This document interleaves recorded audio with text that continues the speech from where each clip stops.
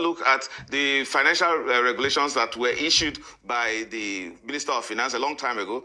From the last checks in 2009, ought to have been reviewed to now give a more effective, a more transparent, and less rancorous and uncertain way public finance is actually dealt with. Hello, my great and wonderful people. We welcome you once again to our today's episode of this program. And today we get some messages and videos for our table. We're going to be saying one quickly the review to you concerning the things going to be saying if they happen right now for inside this country, Nigeria. The issue of this humanitarian affairs and also poverty alleviation management when it be say in him na Betta do na it be the issue of the day. As you already dey aware, say Bola Tinubu don order EFCC make the probe this woman when it be say na in be the minister under this very ministry. And as we dey talk now, why it be say Tinubu order EFCC make the probe this woman? Now because of say just within the space of 7 months, whether it don't even reach when they give her this very office to manage over 500 million naira now in the miss. So because of that very issue, a lot of people don't react to this very matter. And the first message we will be receive right now, the one we will receive from this very group when we see that they call Serap. How it be they come outside to write to Bola Tinubu to do the needful. And the title of this one talks is Serap writes Tinubu to probe Minister Edu for over 585.2 million grants when it be said they pay to private accounts. All right, may we do small reading from inside this very one before we will bring another one. Even the one when it be see some other groups also they come outside to speak concerning this very issue openly.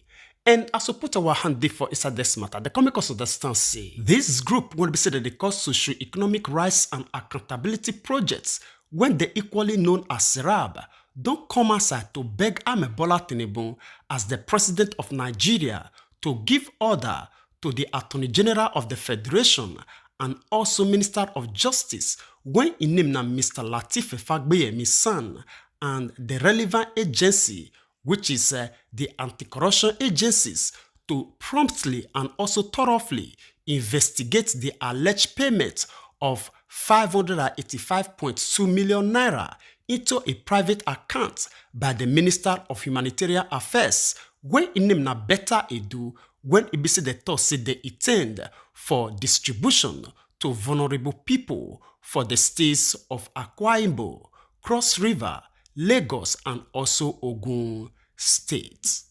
And still on top of the matter, the comic also understand say this group, which is Serap, so they equally go ahead to add as they beg Bola Tinubu to give direct order to Mr. Fagbeyemi and also appropriate anti-corruption agencies to identify and also publish the names of anyone when EBC they receive this money and may they promptly and also thoroughly investigate whether the 585.2 million naira they pay into any private account as the reports. And for us to conclude this matter, the contour say for the letter when EBC they write on the 6th of January 2024 and the signer by Serap Deputy Director when in name na Kolawole Oluwadara, the organization that thought say to pay public funds into private account. This one, if it creates the perception or also appearance of impropriety and give cover to any investigation when it be said they be intended to carry out. All right, my great and wonderful people. Now, only this one we take from this very message when basically they receive from this group, whether they call Serap. The letter when they say they sent to Bola Tinubu to make sure say it do the needful concerning this woman when they say it take over office. It never even reach how many months, and we don't see all this irregularity when it involve money when it pass hand to Hannah Ibe this very one. And before we leave you to share your own opinion with us for the comment section, we equally get another people when we say they equally come aside to also send another strong message to Amebola Tinubu still concerning this very matter. And before that very time, this morning we get this political analyst when he say in name na Frank Tiatia, how he say it come aside to also speak concerning this issue of Betta Edu, and this morning when it be say everybody they look for where he enter. I want make una hear waiting Frank Tiatia talk concerning this matter, even when they ask deep questions concerning this whole issue. We'll come back for more. Canada look at the financial regulations that were issued by the Minister of Finance a long time ago. From the last checks in 2009, ought to have been reviewed to now give a more effective, a more transparent, and less rancorous and uncertain way public finance is actually dealt with. Right. Now, I'm glad we're bringing in the Accountant General of the Federation because, of course, we know that she did not honor this payment. However, when you look at the legalities around it, this came to light through a leak of a document. However, after not honoring the payment, it was actually the duty of the AGF to report shall I call it an abnormal request. My question to you is, if we're going to follow due process in this investigation, will the AGF escape this web that is being knit by this controversy? See, the memo is released because there are disgruntled elements. There are persons somebody was queried for transferring 44 billion to a private account. And then it's sort of a concept of the kettle calling a pot black. You say, you query me for transferring 44 billion when you also authorize the transfer of 500 plus million to a private account. And then there is an accountant general who did not query it because I maintain personally that it's a norm among them. And I've seen it, I've queried it myself. It will interest you. Since nearly 5 years of my delivery of those services to the government, I haven't been paid.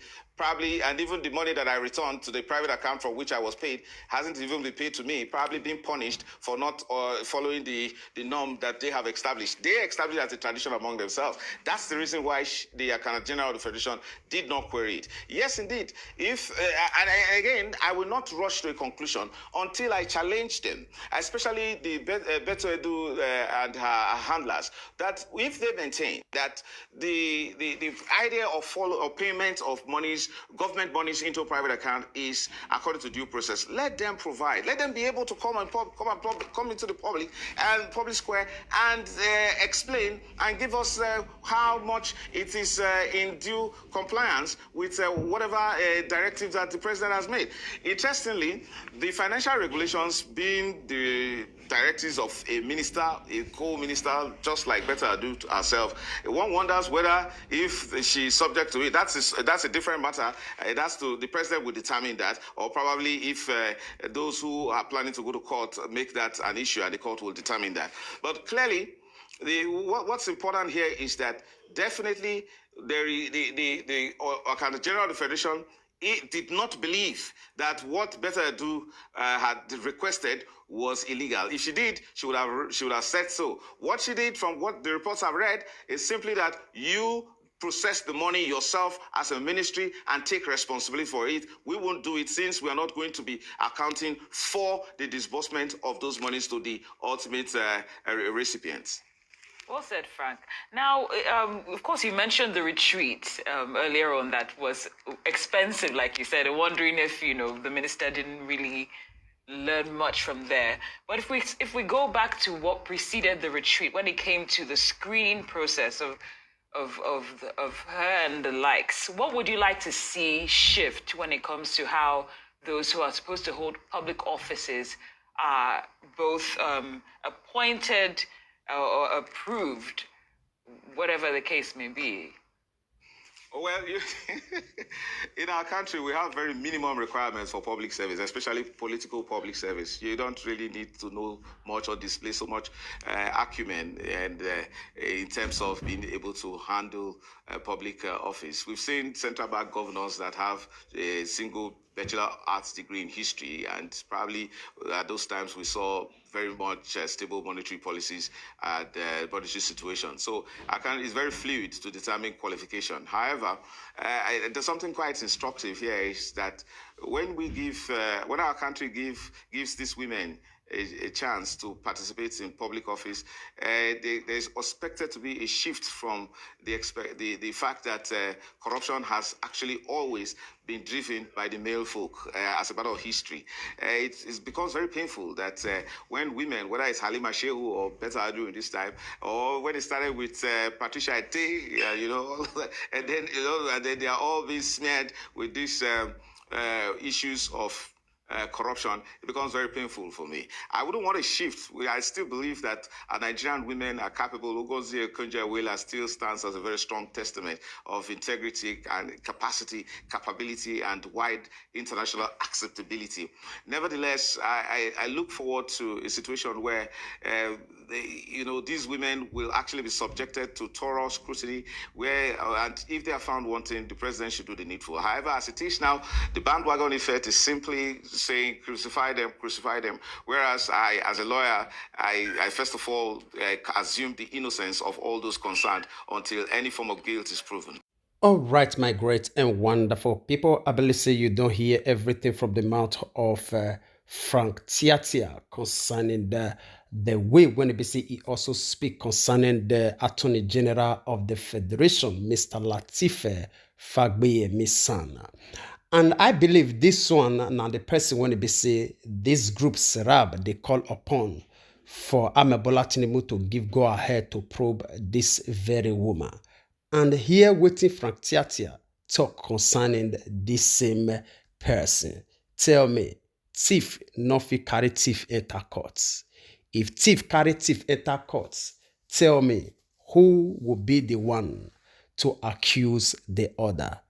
So I believe it is very clear for each and every one of us to understand the reason why this country, Nigeria, they where it is today.